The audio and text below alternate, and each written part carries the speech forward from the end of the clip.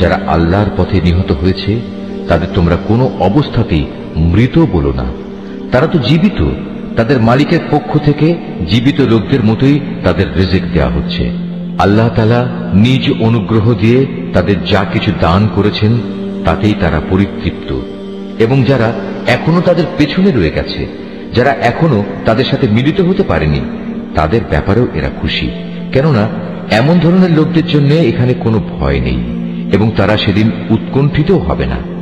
এ ভাগ্যবান মানুষরা আল্লাহর পক্ষ থেকে অফুরন্ত নিয়ামত ও অনুগ্রহে উৎফুল্ল আনন্দিত হয়, কারণ আল্লাহ তাআলা ঈমানদার বান্দাদের পাওনা কখনো বিনষ্ট করেন না। উহুদের এত বড় আঘাত আসার পরেও যারা আবার আল্লাহ তাআলা ও তার রাসূলের ডাকে সাড়া দিয়েছে এবং তাদের মধ্যে আরো যারা নেক কাজ করেছে, সর্বোপরি সর্বদা যারা আল্লাহকে ভয় করে চলেছে, এদের সবার জন্য রয়েছে মহাপুরস্কার। যাদের মানুষেরা যখন বলল, তোমাদের বিরুদ্ধে কাফেরদের এক বিশাল বাহিনী জামায়াত হয়েছে, অতএব তোমরা তাদের ভয় করো, এই বিষয়টাই যারা যথার্থ ঈমানদার তাদের ঈমান আরো বাড়িয়ে দিল। তারা বলল, আল্লাহ তাআলাই আমাদের জন্য যথেষ্ট এবং তিনিই হলেন উত্তম কর্মবিধায়ক। অতঃপর আল্লাহর নিয়ামত ও অনুগ্রহ নিয়ে এরা এমন ভাবে ফিরে এলো যে কোনো প্রকার অনিষ্টই তাদের স্পর্শ করতে পারল না।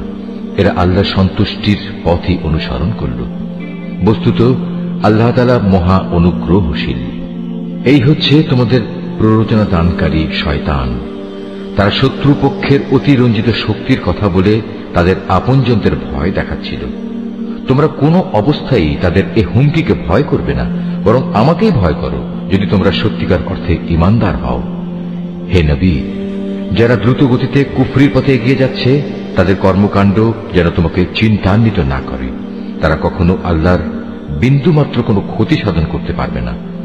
মূলত আল্লাহ তাআলা এদের জন্য পরকালে পুরস্কারের কোনো অংশই রাখতে চান না। তাদের জন্য অবশ্যই কঠিন আযাব রয়েছে। যারা ঈমানের বদলে কুফরি খরিদ করে নিয়েছে তারা আল্লাহর কোনোই ক্ষতি করতে পারবে না। এদের জন্য মর্মান্তিক শাস্তির বিধান রয়েছে। কাফেররা যেন এটা কখনো মনে করে না যে আমি যে তাদের ঢিল দিয়ে রেখেছি এটা তাদের জন্য কল্যাণকর হবে। আসলে আমি তো তাদের অবকাশ দিচ্ছি যেন তারা তাদের গুনাহের বোঝা আরো বাড়িয়ে নিতে পারে। আর তোমাদের মধ্যে তাদের জন্য প্রস্তুত রয়েছে লাঞ্ছনাদায়ক আযাব।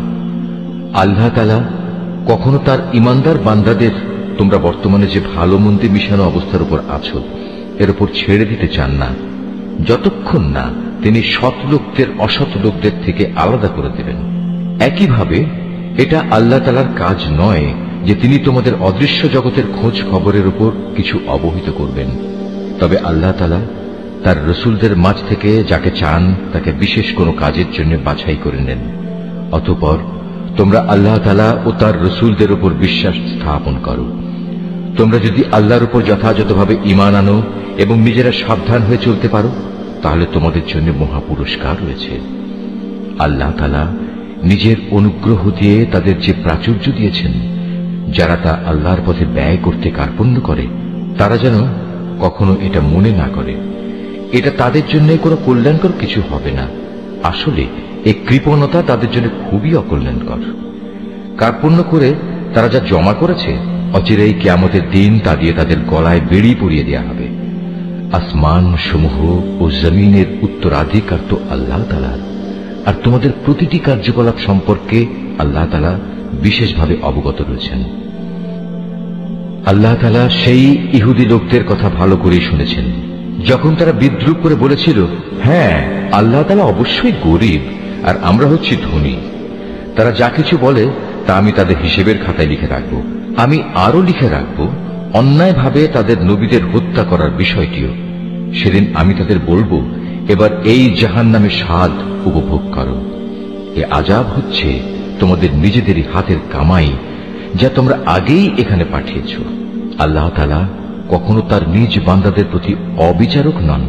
যারা বলে স্বয়ং আল্লাহ তাআলাই তো আমাদের আদেশ দিয়েছেন যেন আমরা কোন রাসূলের উপর ঈমান না আনি যতক্ষণ না সে আমাদের জন্য এমন একটা কোরবানি এনে হাজির করবে যা গায়েব থেকে এক আগুন এসে খেয়ে ফেলবে।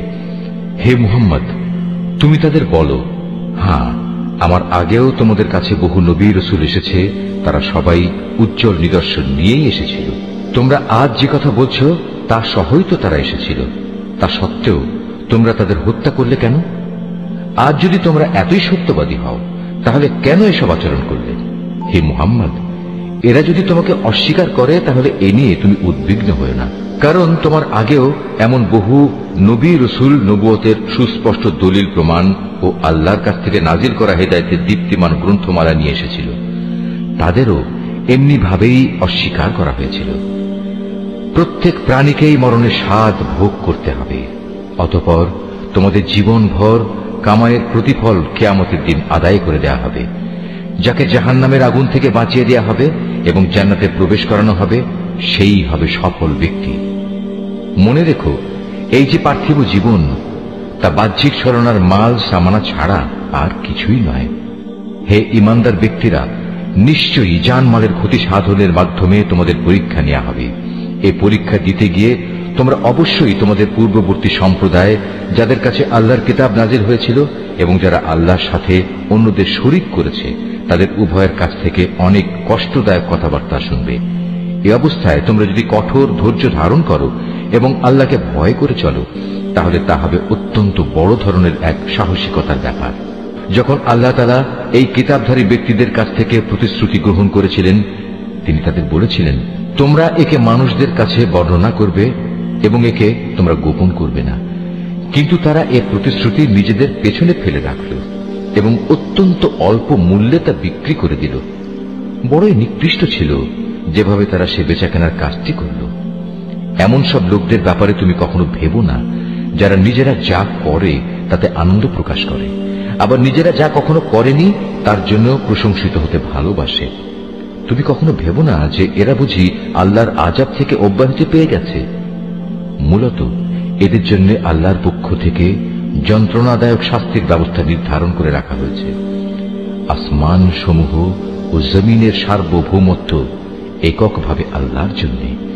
अल्लाह ताला सबकिछुर ऊपर पूर्ण क्षमतावान। वीडियो अच्छा लगे तो मेरे चैनल को सब्सक्राइब कीजिए और लाइक शेयर कीजिए।